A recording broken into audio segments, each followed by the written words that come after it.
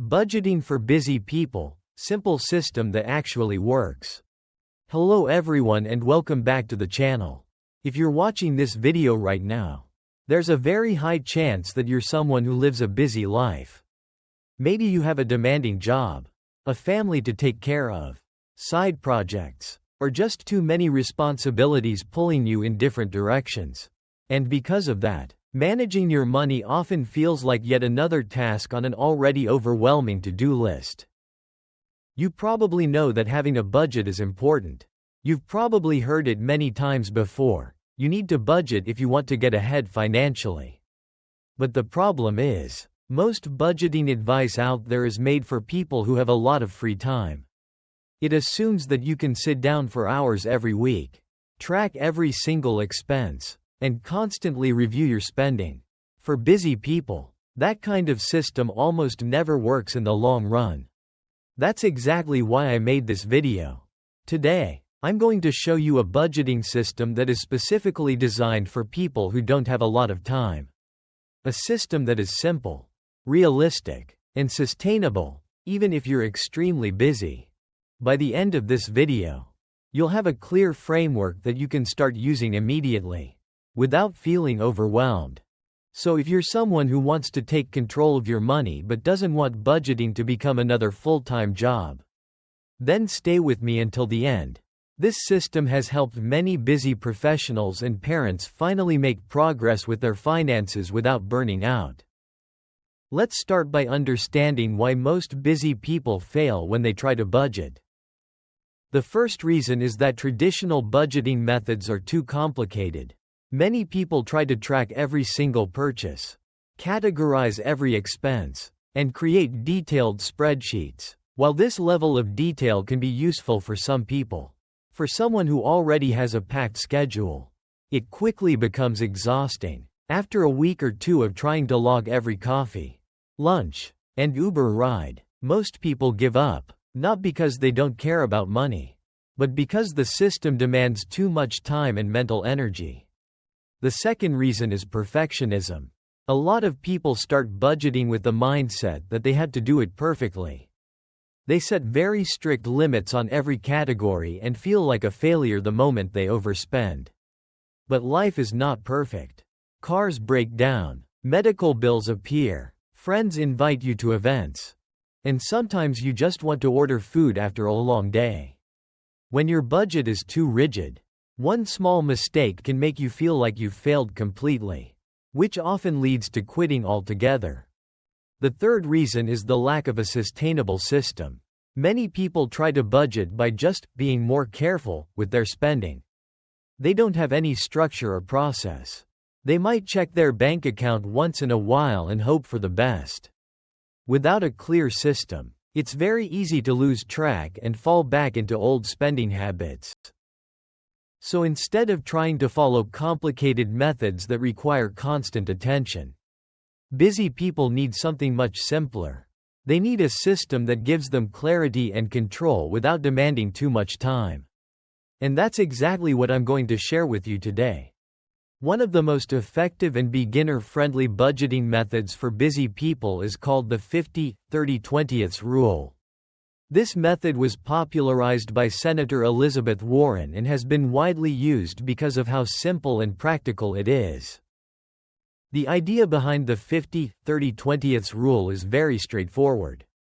You divide your after-tax income into three main categories: 50% for needs, 30% for wants, and 20% for savings and debt repayment. Let me explain each category in detail so you understand how to apply it properly. The first 50% of your income should go toward your needs. These are the expenses that are essential for your survival and basic quality of life. This includes things like housing, rent or mortgage, utilities, groceries, transportation, insurance, minimum debt payments, and basic healthcare. These are the things you have to pay no matter what. If you don't pay them, your life will be significantly affected. The next 30% is for your wants. This category includes things that improve your quality of life but are not strictly necessary. This can include dining out, entertainment, streaming services, hobbies, shopping, vacations, and other non-essential spending. This is the part of your budget where you have the most flexibility.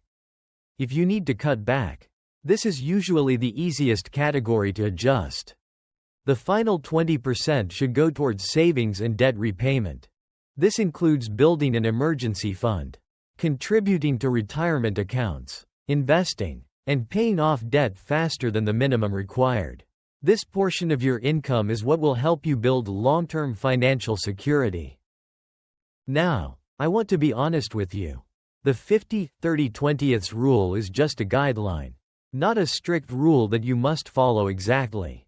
Depending on where you live and your current financial situation, you might need to adjust these percentages.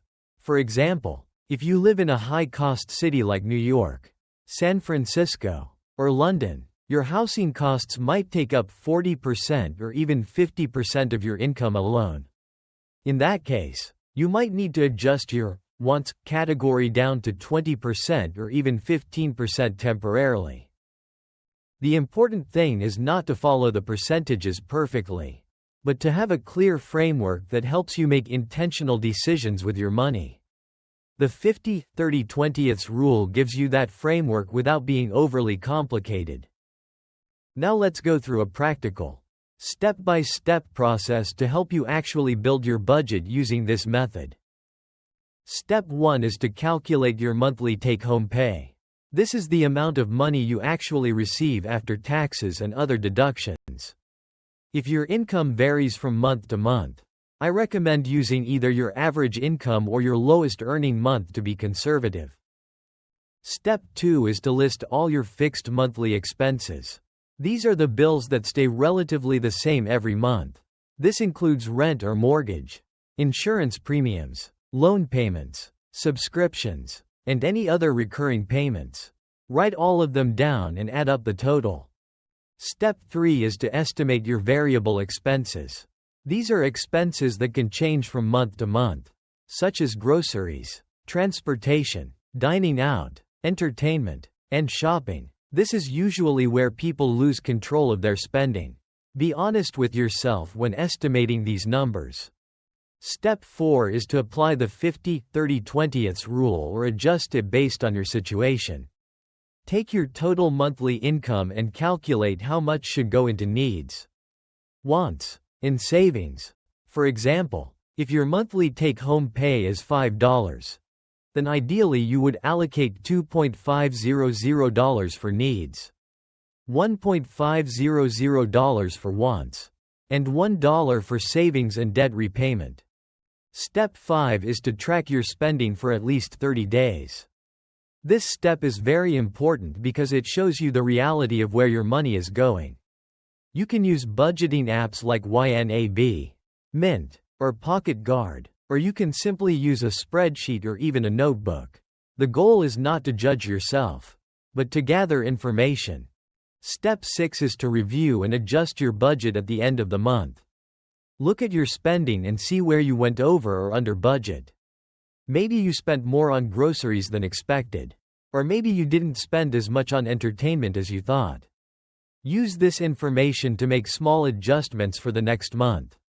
One of the biggest advantages of this system is that it doesn't require you to track every single purchase forever. After the first 1 or 2 months of tracking, many people find that they only need to do a quick review once a week or even once every 2 weeks. This makes it much more sustainable for busy people. Another important part of making this system work is automation. As a busy person, the less you have to rely on willpower and memory, the better. I highly recommend setting up automatic transfers to your savings account on the same day you get paid. You can also set up automatic bill payments for your fixed expenses. This way, your most important financial tasks happen without you having to think about them every month. You should also consider using technology to make tracking easier. There are many good budgeting apps available today that can automatically categorize your spending and show you reports. Some popular options include YNAB, You Need a Budget, which is excellent if you want to be very intentional with your money, and Mint, which is completely free and good for getting an overview of your finances.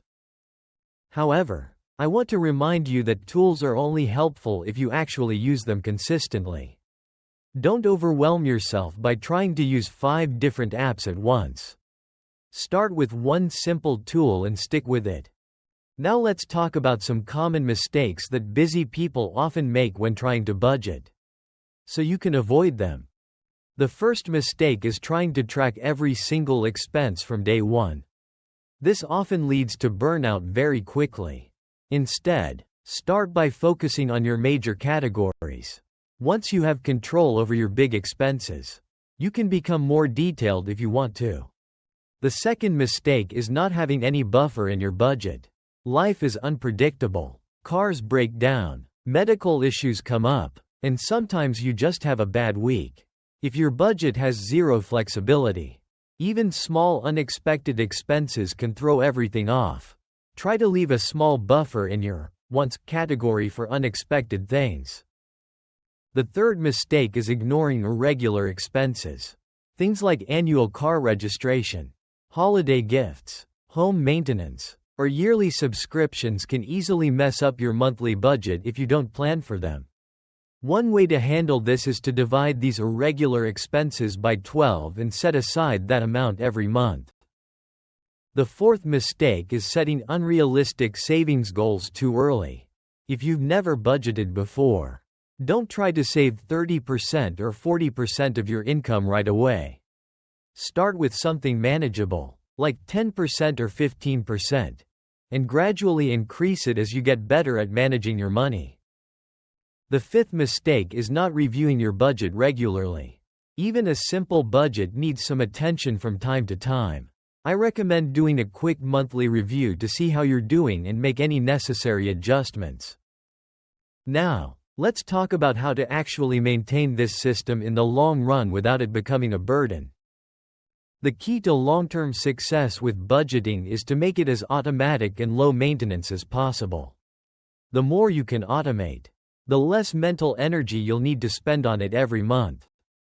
This is especially important if you have a busy life. Another important factor is to be kind to yourself. There will be months when you go over budget. There will be months when unexpected expenses come up. That doesn't mean you've failed. What matters is that you get back on track instead of giving up completely. You should also try to build small habits around your budget. For example, you could do a quick 10-minute money check-in every Sunday evening. During this time, you can quickly review your spending for the week and make small adjustments if needed. This prevents small overspending from turning into big problems.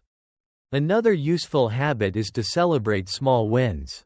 If you manage to stay within your budget for a whole month, acknowledge it. If you were able to save a little more than usual, recognize your progress. These small celebrations help reinforce positive behavior and make budgeting feel less like a chore. Before we finish, let me give you a quick summary of everything we covered in this video. We talked about why most busy people struggle with traditional budgeting methods and why those systems often don't work in the long run. We introduced the 50-30-20 rule as a simple and effective framework for busy people. We went through a step-by-step process to build a budget that fits your lifestyle. We discussed tools and automation that can save you time. We also covered common budgeting mistakes and how to maintain your budget without burning out. Budgeting doesn't have to be complicated or time-consuming. With the right system, even the busiest people can take control of their finances without sacrificing their sanity. If this video helped you, I would really appreciate it if you could give it a like and consider subscribing to the channel. I'm planning to release more videos in this personal money management series, covering topics like how to avoid lifestyle inflation, automating your finances, and building better money habits. So if you want to improve your financial life step by step, make sure you're subscribed and turn on notifications. Also, I would love to hear from you in the comments. What's your biggest struggle when it comes to budgeting? Do you find it hard to stay consistent? Or do you struggle with knowing where to start? Let me know below. I read every single comment. Thank you so much for watching until the end. I hope this video gave you a clear and practical system that you can start using right away. Remember, you don't need to be perfect. You just need to start and keep going. I'll see you in the next video. Take care and have a great day.